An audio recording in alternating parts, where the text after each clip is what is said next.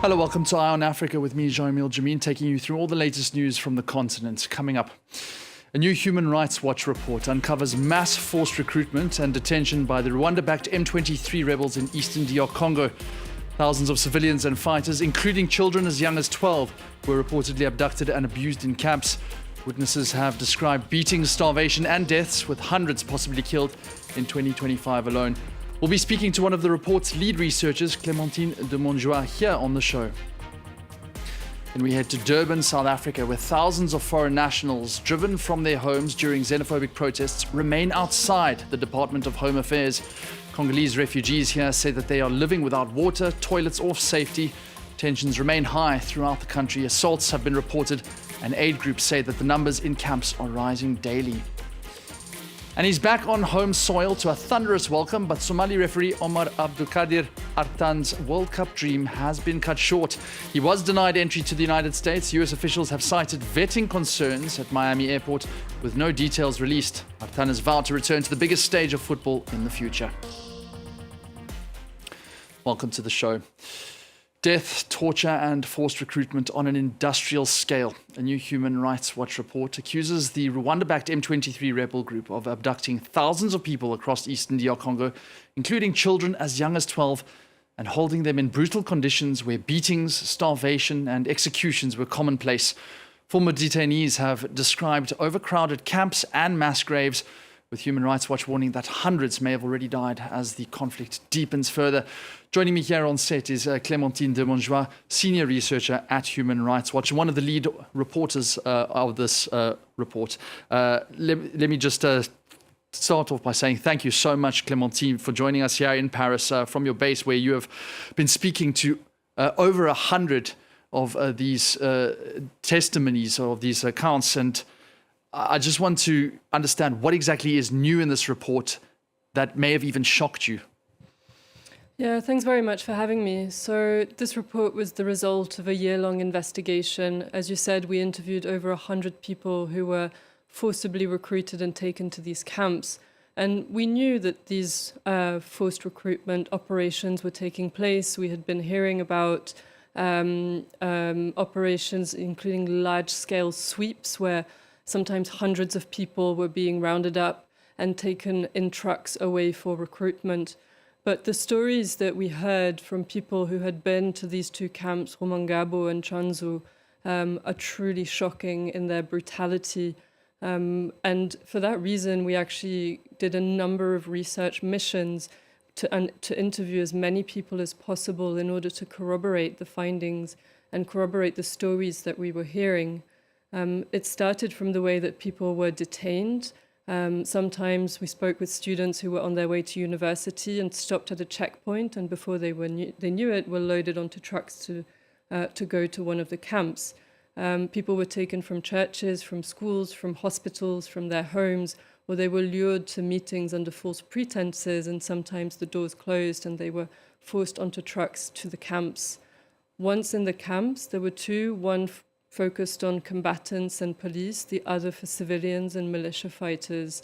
People were subjected to horrific, life-threatening conditions.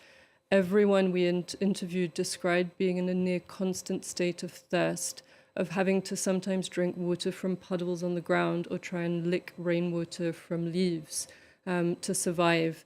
People who were considered to have committed small disciplinary errors or falling out of line, trying to get a bit of extra food, were beaten brutally, and people also described seeing executions. Some of the worst stories and the most shocking stories we heard came from people that were held in a detention cell in Rumangabo, where people said that they were severely overcrowded to the point of not being able to lie down and were barely given any food or water. And I interviewed people who were held in these cells, as well as people who were in charge of bringing the small amounts of water and food that they were getting, and described pulling out sometimes 10, 15 or 20 bodies of people who had died. We used 3D modeling to try and see, based on the mensurations of the cells that we identified on satellite imagery, to estimate how people could have fit in a building of this size. And even with the most conservative numbers, it was very clear that people were so packed that they couldn't lie down on these cells. And to give you an example, we interviewed people who, after they were released from the cells to begin a training cycle in November, said that dozens of people died just from the exhaustion and the state that they were in from months of detention in the cells. It literally sounds like an analogy between what's happened now and what we heard about the transatlantic slave trade and how slaves used to be kept on those ships. It has almost that feeling.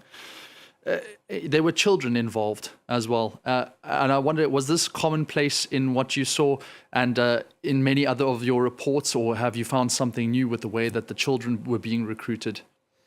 So there were indeed a lot of children that were taken to the other training camp called Chanzu.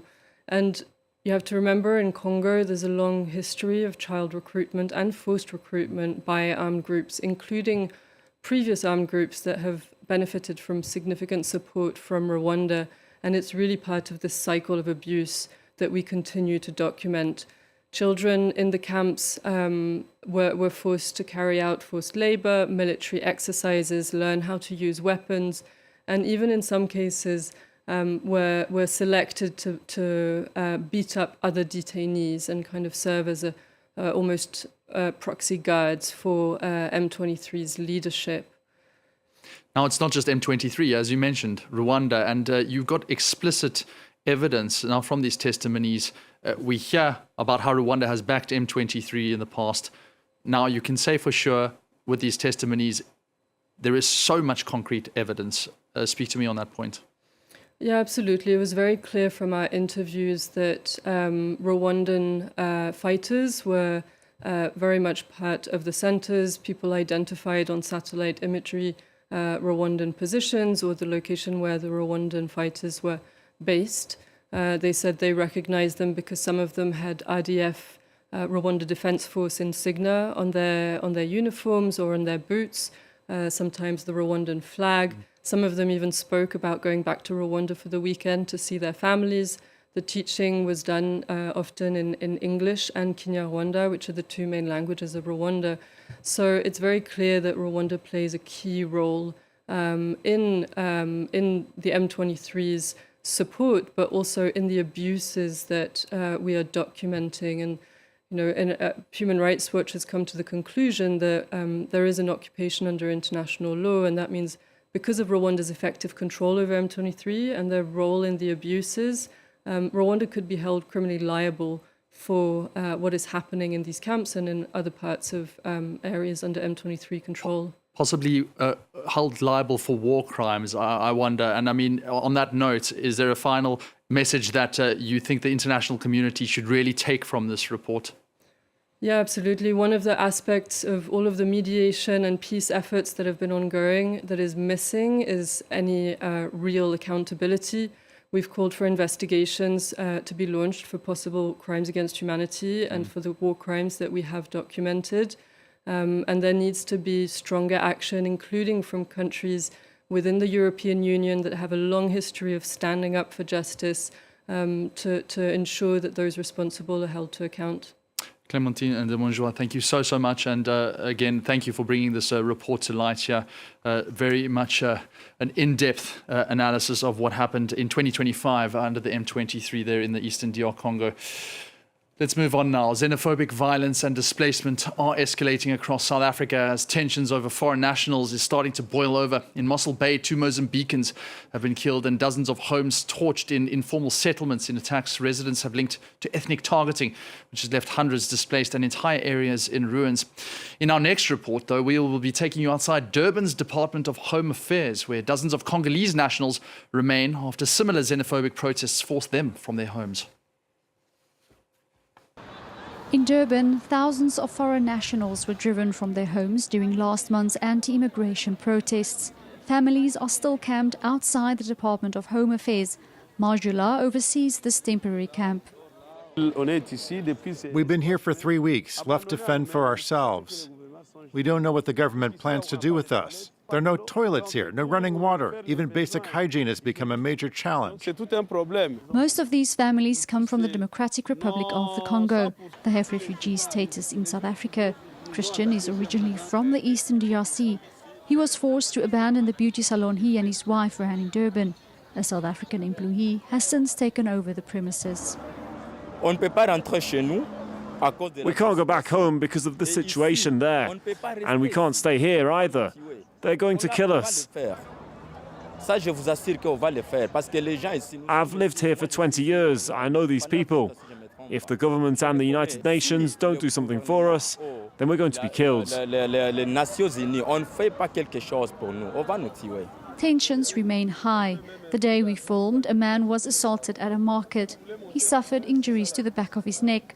This woman shows us the bruises she sustained after being attacked by a neighbor while trying to visit her children in another part of the city. She has now decided to bring them back to live with her on the pavement. Every day, more people arrive here seeking safety. Saturday, I think we were here for about 350 people. Now I can see more than 550.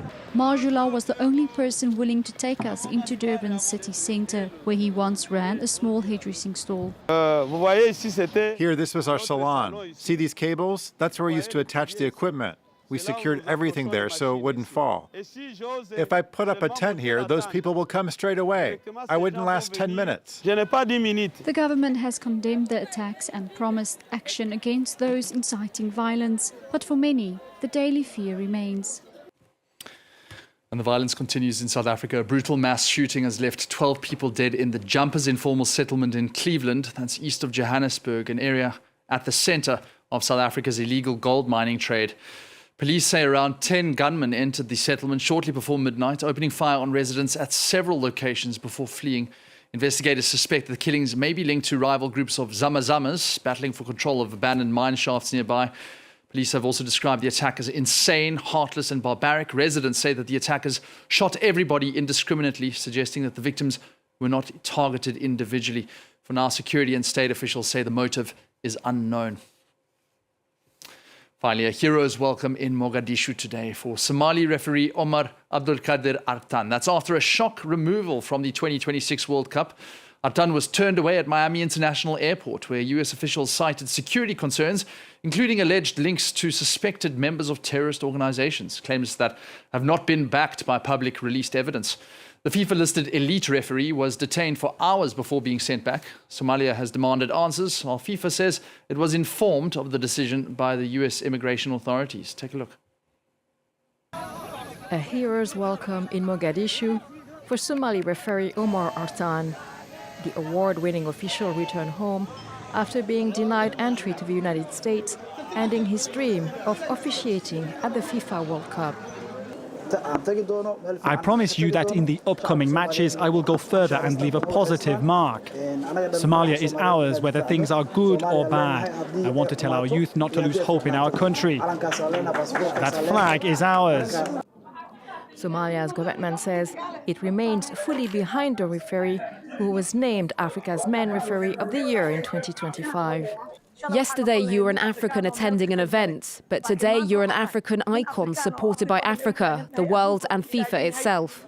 At football matches in Mogadishu, players and fans displayed photographs of Artan in solidarity. Many supporters described the decision as unfair and said it deprived Somalia of a rare moment of pride on a world stage. He was sent back from the United States, which we consider to be discrimination, discrimination, discrimination. US authorities say Artan was found ineligible for admission, but the Somali athlete has said he held the correct documents and visa. Despite the setback, Artan will remain determined to continue his career and inspire the next generation, hoping to make their mark in international sport. Certainly not a lone star. And don't forget, an African team kicks off the World Cup tomorrow against Mexico. South Africa will be playing a replay of that 2010 opener, exactly 16 years to the date. That's coming up tomorrow. For now, it's time for more news on France 24.